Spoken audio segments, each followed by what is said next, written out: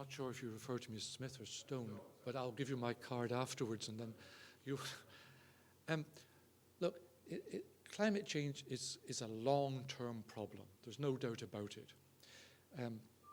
We're not going to be able to solve it overnight. But we have to begin, and we have to begin now. And it's going to require all our efforts and all our technologies over the long haul to be able to stabilize the climate at levels which are not dangerous. Clearly, there is historical responsibility of the industrialized countries because we have, frankly, been dumping that carbon dioxide in the atmosphere since the beginning of the Industrial Revolution. Most of the carbon dioxide in the atmosphere at the moment is from our activities. And that's why developed countries, industrialized countries, have to reduce their emissions much greater than industrialized countries, than in developing countries.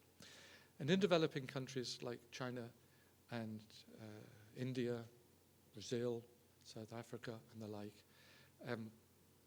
they're expected also to take on actions which will lead to lower emissions. And from what I've seen from China, at least, and Brazil, is that they are planning on reducing their emissions to much lower levels than business as usual, even in the short term.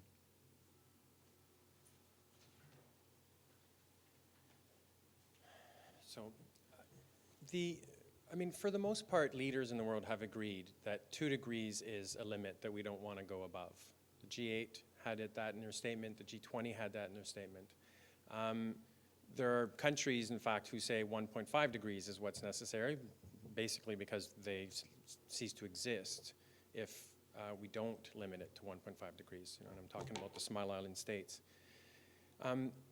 What that means is that developed countries have to have, in aggregate, a target that's at least 40% and possibly higher, below 1990 by 2020. Every country has to be at least within that. You may say that the environmental community in Canada is lowballing when we ask for at least 25% from the Canadian government. And I would say the same for the US government. Both those countries have to step up more than what they have. That said, the US, with the financing that they're putting into place, is getting closer to at least that aggregate range of 25 to 40%. Canada has no such measures to get anywhere near that. In fact, our target of 3% is not being supplemented by anything in terms of offset credits from the developing world. I would say that there's no way that Canada, who's signed on to a 2-degree limit, is actually upholding that with respect to our domestic policies. And I would say that, as I mentioned before, that the US is at least getting to the place where they need to be, within the range that they need to be, although the level of ambition in many places has to be upped if we're going to actually avoid the 2-degree limit and dangerous climate change. I think the game is delay more than calculated risk. I think it's easy to just say we'll match the US, especially with a popular president in the White House, and we'll wait to see exactly what happens in the US, exactly what happens in international negotiations, meanwhile blocking what for the most part for the last 2 years, blocking progress, especially on the Kyoto track of the negotiations.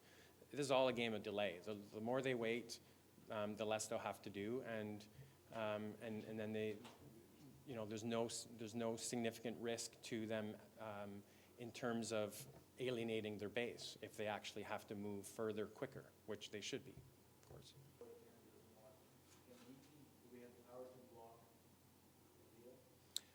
Well, at the UN, it is by consensus.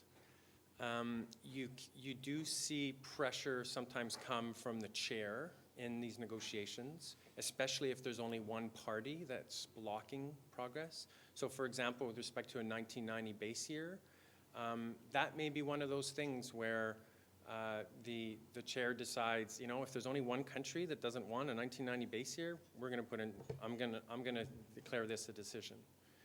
It's rare that that happens, because essentially at the UN, what you want, of course, is for everybody to be on board and for everybody to agree what the rules should be. But it's not unheard of to have decisions gavelled when there's not everybody in the room that absolutely agrees. So there's a balance there that has to be struck, and but it has to also be done by a president and a chair who is very sophisticated and who understands the dynamics in the different parties. Well, I mean, certainly the negotiators do. The ministers and the prime ministers and presidents don't as much, but the negotiators all know each other very well. They understand where the chairs are, they know what the positions are. But the last 3 days, when you have the ministerial and the ministers are sitting in the chair, that's when first of all you can get real movement, because the discussions that have been going on between negotiators is now at a political level, and where decisions can actually be made. It's not just foot soldiers, you know, negotiating what their governments have told them to negotiate. But you can also get, because it can have a whole new set of dynamics, you can actually see movement happening, pressure being applied, for example, to people who are at the political level, which is why I'm not counting out the fact that Canada will face that pressure and may very well move in a direction that we haven't seen in 2.5 years. So first of all, I'll point out that at the back of the room is Chris Hencho from the Canadian Parks and Wilderness Society, who knows this stuff more than me. In fact, probably knows this stuff more than anyone else in Canada. So I'd encourage you to talk to him afterwards, but I will try to explain this again. Essentially,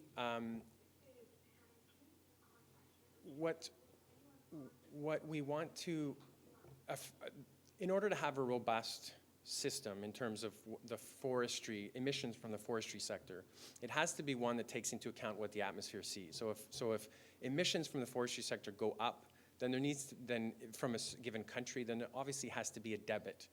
That has to be made up somewhere else in terms of a country's emission reductions.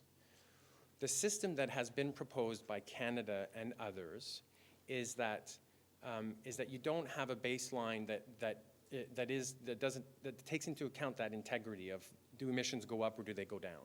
That says the forestry emissions, here's our projected baseline, and it means many countries like Canada want to increase emissions from forestry.